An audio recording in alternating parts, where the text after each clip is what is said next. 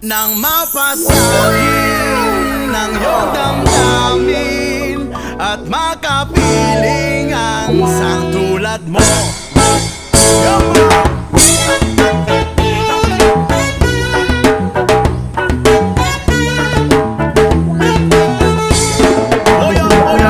Very fresh, oh. Very fresh from the something so klase. Minimiti, hinihiling at ang ipanalangin ka. Sa gabi lumalabas mga bituin na nakaguhit ka. Ilang linggo na rin ako nakangatulala. Lagi napapangga sa bisig ko na nakayakap ka. Sana'y dinggin itong aking mga hiling. Ako'y nananalangin na ika'y mapasakit. Kung di man rin, sana na lang ako ay pansinin. Hindi na nanakisin itong aking Hi guys! Mapagpalang araw po muli sa ating lahat. So for today's video nga po pala ulit, tayo po yung mag-harvest ng ating tanim na kamatis. So meron na po tayong basket and scissor. Siyempre ito yung mga pangunahing kagamitan para tayo po yung mag-harvest ng ating mga tanim. So ipapakita ko po sa inyo yung aking tanim na kamatis. Kamatis, o yan ito kung mapapansin nyo ay para na po silang mga red na bunga. So ready to harvest na yung mga red na tomato po natin. So yan, papakita ko muna sa inyo. So hanggang doon po yan. So bali 10 pieces po ito na tanim kong tomato po yun. Okay? So hanggang doon po yan guys. Habang kasalukuyang po kami nagbi-video sa pag-harvest po ng aming tanim na kamatis. So, biglang dumating po yung aming uncle at ito po yung nangyari. Binigyan niya po kami ng kamatis na napakarami guys, no? Grabe. So, maraming salamat po Uncle Manny sa bigay niyo pong kamatis. Habang kami po ay kasalukuyang nag-harvest ng aming tanim na kamatis ay binigyan niya po kami ng panibagong kamatis. Wala lang ikabit simento. So, napakaraming kamatis na po. So, kahit ganun pa man, magpapatuloy pa rin po tayo mag-harvest na ating tanim na kamatis. Siyempre, hindi magpapauli yung ating kamatis, no? Pero, hindi ko alam kung anong tawag sa kamatis na to guys. So, comment down below kung anong kamatis or anong klase ng kamatis itong binigay ng aking uncle. Kasi yung kamatis na tanim ko ay karaniwang kamatis na ibinebenta po sa palengke, ano? So, yun.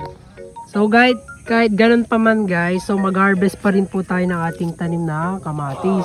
So, yan. Harvestan na po natin, no? Very fresh, oh. Very fresh from the, garden. Grabe. Masilis-silang. Okay, grabe. Crunchy yan, okay.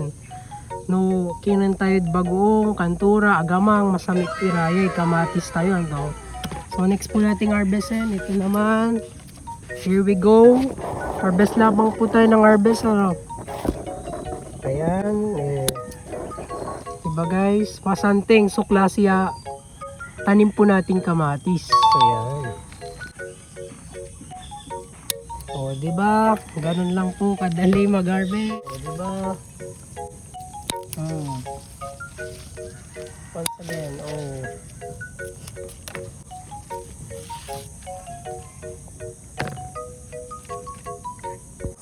okay, cut po natin. So, diba? So, meron na tayong 2 per 6. 6 na na-harvest na. Ay, nahulog. Ayan. Next po natin dito. Alright. Okay, nalabat mamita sa kamatis. Pero, diba? Pitasin na rin natin ito. Diba? Ang labat. May vitamins ng kamatis. Alam nyo ba na ang kamatis ay mayaman sa vitamin C? Kaya pampalakas din po ito ng ating immune system. Kaya ano gabayo, kayo man sakit, vitamin C. Vitamin C po ang ating kamatis. Hindi po ako medical expert pero according to research. Teka. Yung dalawa ng tomato. Yes. Cut. Ika-cut na natin ang ating mga tomato. Harvestin na po natin itong mga to kasi sarang tulaya guys. Pwede na po itong ano. Gawin pang So guys, ito na po yung ating na-harvest ngayong araw. So including yung binigay po ng ating uncle na kamatis. So balbal salamat Red Interior kamatis at si kami uncle. So very appreciated po yun. Maraming salamat po. At the same time, meron na naman po tayong panibagong na-harvest na kamatis. So maraming salamat. Unang-una sa Panginoon dahil sa biyayang binigay niya ngayong araw. So napakalaking biyaya nun, no?